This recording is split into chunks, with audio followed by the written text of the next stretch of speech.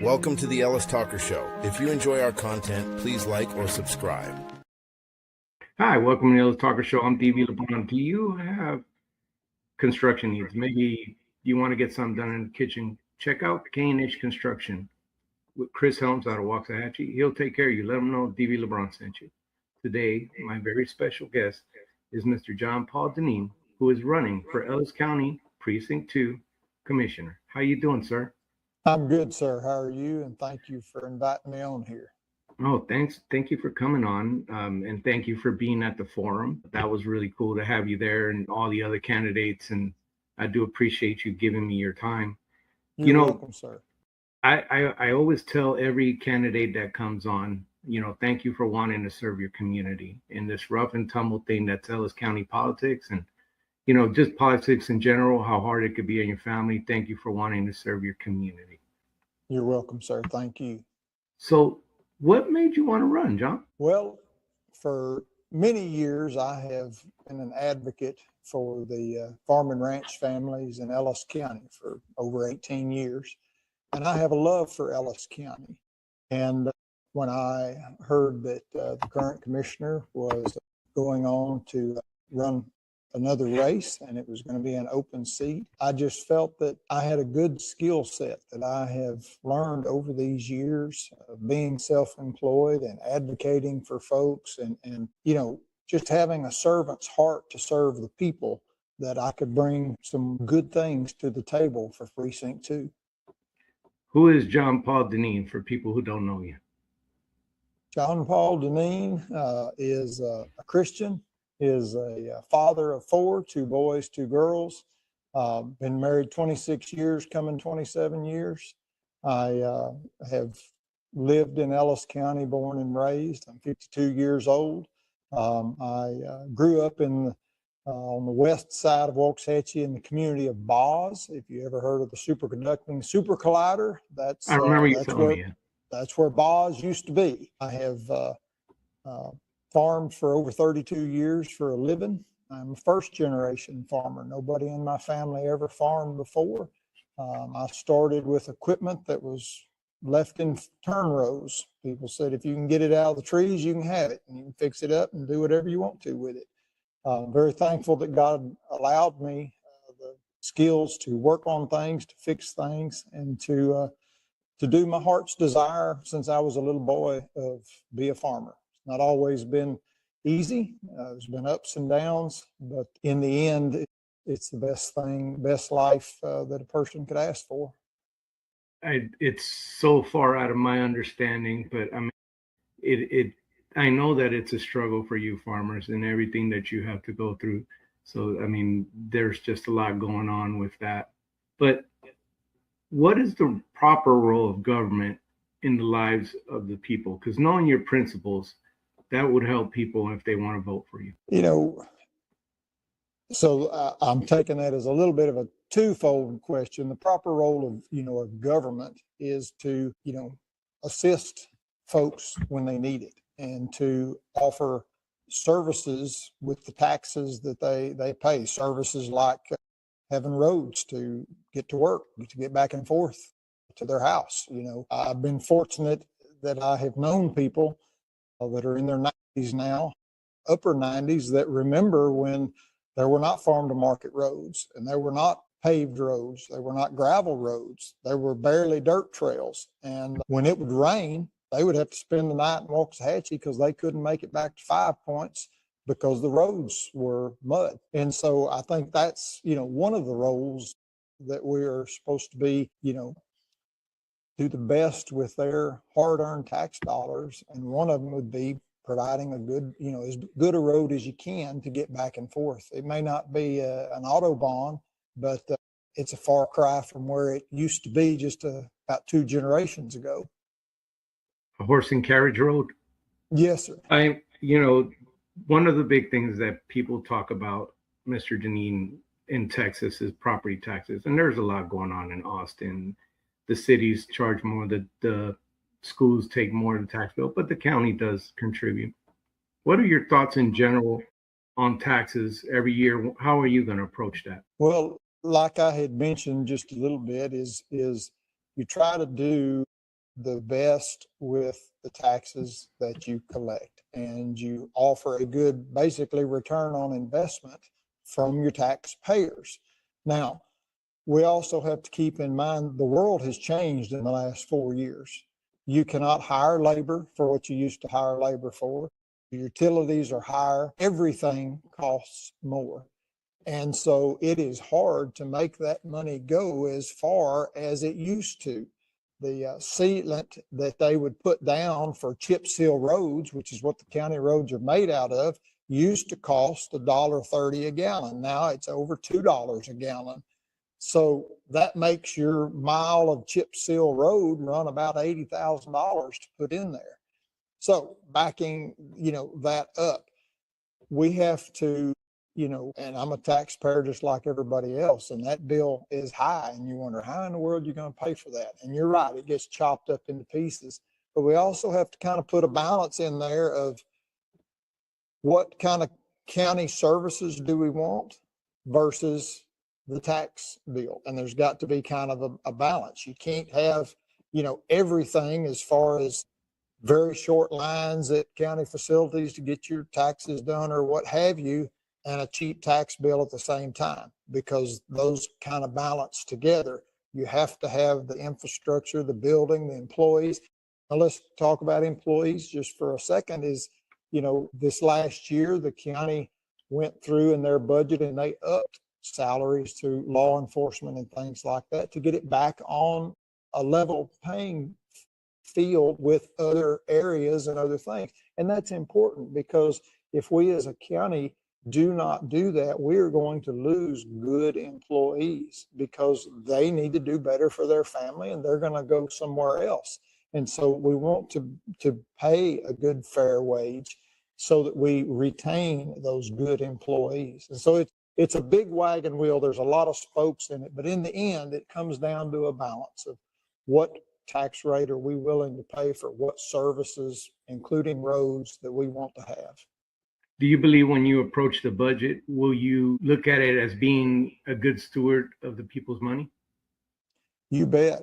So the boards that I have served on as chairman, one of the things that I would remind my board members of is we're spending somebody else's money that they have trusted us with. And we need to do that like it was our own hard-earned money. And we need to be prepared to answer the questions from our taxpayers, from our constituents, of why we spent it the way that we did. Yeah. And that's important. But one of the biggest, and you mentioned it earlier, because it's kind of a prime, besides law enforcement, there's another function of, the county, and it's roads. So what are your thoughts on the road, the current road, the state of the road in Precinct 2? What would you like to be done differently? Well, so there's about 232 miles of roads in Precinct 2. Now, keep in mind, the county commissioner is on the county roads. You have farm to market roads that are controlled by the state, and then you have city roads and things like that. We do have growth in areas of Precinct 2, just like in areas of all of Ellis County. I think what we have to try to do is, there is not a budget to just fix everything at one time. We have to chip away at it, and we have to use some foresight, and we have to try to do what we can as we're working and to be as efficient as possible. And so what I mean is, if there's a road that is coming up to where we need to redo this road, when we look at it, let's maybe look at what's the growth on the road. Is it a high traffic? Is there high vehicle count on there? What do the culverts look like under the road? Are they 40 years old, 50 years old? Are they still narrow? Do they need to be pulled out and widened a little bit? Because my thought is to try to lengthen the life of those county chip seal roads, try and add a little bit of width to them. And so what I mean is, if you've been down a county road and you go to pass somebody, both of you are pretty much getting one tire either right on the edge of the chip seal or a little on the grass, okay? Right. And you can tell looking at those roads where that happens the most, because it will erode the width and it'll crumble it away. So when we redo those roads, if we can take those ditches out a foot or two each way, expand the culverts a little bit, put a nice crown on the road, widen it out there to where those cars have a little more room to pass without getting off those edges there, then that will extend the life of that road. By changing those culverts and stuff, we can also update the drainage a little bit on there to where maybe in some areas, in heavy rains, you can't fix all the flooding, but maybe you can help with drainage a little bit. But it's steps like that of trying to identify what's going on, what's feasible while you're working on it to fix. And, as a farmer, a lot of times we look over our equipment and we have to try to look at it and go, I think that bearing's fixing to fail. I'm going to go ahead and change that so that it doesn't break down when we're in the middle of harvest. So a road would be similar. Try to look at some of those drainage points or erosion points or some of those culverts, and maybe they're old concrete culverts, and go, that concrete's starting to split and crack. I think that's going to go out. So let's do that ahead of time while we're fixing the road, rather than fix it and then go, a year later, that culvert cracked out or what have you, and then we're tearing up what we already fixed to do it again. Right. And that's efficiency. That's one thing that government doesn't do well, but it's definitely needed. Now, you had mentioned growth during that time. And as you know, growth is here and things are expanding. Some of the farms of people that you have known throughout the years are now developments. So you have things like muds and pits coming. You have sections of the county, and you do in Precinct 2, I'm pretty sure, where it looks like a city. It no longer has these farmlands. It looks like you're running through Arlington, and so you have those kind of problems going on. How would, and I know you're only one, but how would you like to tackle growth, and what do you think the county could do to make sure that things like those roads and, as best it could, keep up with all these developments? So what is in place right now in Ellis County, if you are a developer and you're coming to the commissioner's court to do a development, what's in place is a 1 acre size for an aerobic septic system to be permitted. Your roads in that addition have to be 27 feet wide, 6 inches of lime, 6 inches of DOT concrete flex base under them, and then 6 inches of concrete with rebar if it is a local road, 7 inches if it's an artery, 8 inches if it is a main road in there. Plus, you have to submit a drainage plan of what you're going to do with that water and all of those things. So that's what they've got going right now. Now, though traffic comes onto a county road, like we had talked about, if a state representative would like to give some authority to county commissioners to be able to say, you know what, you're going to add 200 cars a day on this county road right here. We need to redo that road, widen it, do these kind of things to where we could get with the engineer and come up with a fee for that. But right now, we as a county court of commissioners have no authority over that. We would have to have some regulation passed at Austin to give us the right to do that. Right now, we can't. So we would just have to, do the best we can with the road. But that's where additions are. They have to build roads that are up to spec for potential that we'd like for them to last 15 or 20 years before they have to be repaired. They also have to put up a maintenance bond, and they have to maintain that road for 2 years.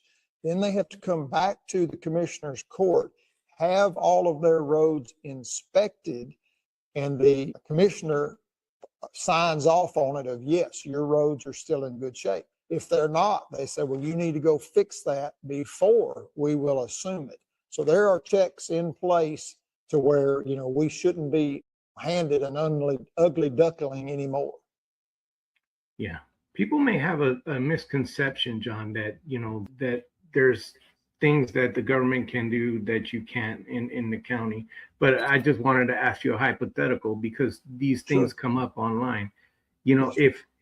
if you were a one-man band and you can do it, would you limit growth? Would you stop growth for a little while? Would you do a moratorium if that was something that could even be possible? So, I'd never be a Lone Ranger because we're on a court of four. I'm Right. one of four. But that If- being aside, growth is a direct response of people's basic right as an American to pay what they want for land and sell their land for what they want to. And when those two things come together, that's where growth happens, is because you have got a buyer that's like, I want to pay you this, and you've got a seller that's, I'll take that and I'll sell it to you. So I never want to step on the American right to do that. Now, as a commissioner, can we supervise that growth? Can we look at, like you say, managing it so that we don't have all of the growth in one spot on one road? That's a crystal ball, almost like telling the weather. There has been steps, done 15 years ago in the county to try to have responsible growth. So years ago, you could sell lots off, and I kind of think it was 75 feet. That's now 150 feet. They've also got it to where if you're selling off lots in there, you must have a fire hydrant. I believe it's every 500 feet. That used to not be a rule, but through the fire marshal and stuff like that. And so what that did is that kind of changed that aspect of growth by putting in the fire hydrants and stuff like that, because that costs some real money on the people, not on the county, but on the people to put that in if they wanted to sell those lots. So that tapped the brakes just a little bit, things like that. Yeah. I mean, there's always little things, but you said it right. Your land, you do that's as American as, apple pie. That's right. One of the things, and I was talking to you earlier about this, was that the county also, law enforcement, sheriffs, courts, there's a lot that the county is involved there. One of the aspects of it when it comes to the sheriff is that jail. The jail's old and it has some issues. I've toured it with Sheriff Brad Norman. We had a unfortunate, incident that caused the life of a great officer. And there's always those issues with the jail. And I want to know, what are your thoughts on the jail and how would you like to see that handled? So I was around when that jail was built. There was a lot of conversation about, location and all that kind of good stuff. Again, as an outsider looking in, because I'm not sitting on the commissioner's court, I want to be cautious on any, thing that could be looked at as a criticism. It's not. My thought off the cuff is we relocate that to the county farm. We have a lot of room for expansion that the county already owns out there. Where the jail sits right now, it's pretty well landlocked around there. It would be very expensive to try to expand anything there. You also have a lot of elevation change on that hill right there where that jail sits that costs a lot of money. It would be more practical and reasonable at the county farm. Very little elevation change. It's pretty flat out there, a lot of room to grow. There are some facilities already out there. That would be kind of the logical choice of location. Now, I believe they've got a study working, or at least there's been talks of studies over an assessment of what do we need? How many beds do we need? What does it need to look like and everything? I haven't talked with Sheriff Norman, but I believe from what I'm hearing, we're looking at a 5 to 8 year window that we need to be ready to make some decisions by that time. I think we need to do our diligence now, start learning, educating, looking at what the suggestions are, looking at what his recommendations are, what his needs are, because in the end, that I think, that's the person you need to ask is the sheriff. Let him tell us what he needs. I, as a commissioner, don't need to tell the sheriff what you need. Now, I can suggest a location, but I don't need to tell him what that building looks like. That's his job, and that's his expertise, and that's his specialty. That's not mine. But I Right. think we need to start those things so that we are proactive about it and not reactive, not coming in here going, whoop, we're busting at the seams. That's it. I need a jail tomorrow. I Yeah. think we need to be proactive. We make better decisions that way. Yes. The other thing they've talked about with law enforcement, sheriffs in the county is maybe a substation. There's been there's a lot because this county is growing. And like I said earlier, you have areas in it that look like regular city, and these sheriff's deputies are having to go out and really far and deal with things that you would normally have a lot on. Is a substation something you would think about? You bet. I mean, it makes sense because you have your central hub, but like you say, the county is big, and with the growth, it slows that commute time or that response time down if you're coming. So it would make sense to have substations, at your major cities around. That would be better for the citizens. They would get a better response time, in there. Now, again, that takes funds to do that. That comes back to that balance of taxes. Again, I'm on the outside looking in. I know in the past, like with the Super Collider facility, they had a substation out there that was given to them over an old facility that was left from the Super Collider. Maybe there are some things like that, county buildings or what have you, that might be utilized and revamped, repurposed into substations. But yes, I think a substation makes sense in a populous county that we have, especially with 5 o'clock traffic. We get traffic jams and stuff around Ellis County now. That would add a level of safety to our citizens and cut response time. That's just such a big function of the county. It's huge, and I didn't even go into the courts. That's a whole nother animal. But how important to you is transparency in government? I think it is extremely important. And I like to say I've worn different hats, in my life. As a representative of agriculture, the way that I always did that was communication from myself representing the folks that I was representing back and forth was very important, because that cuts down on misunderstandings, on confusion.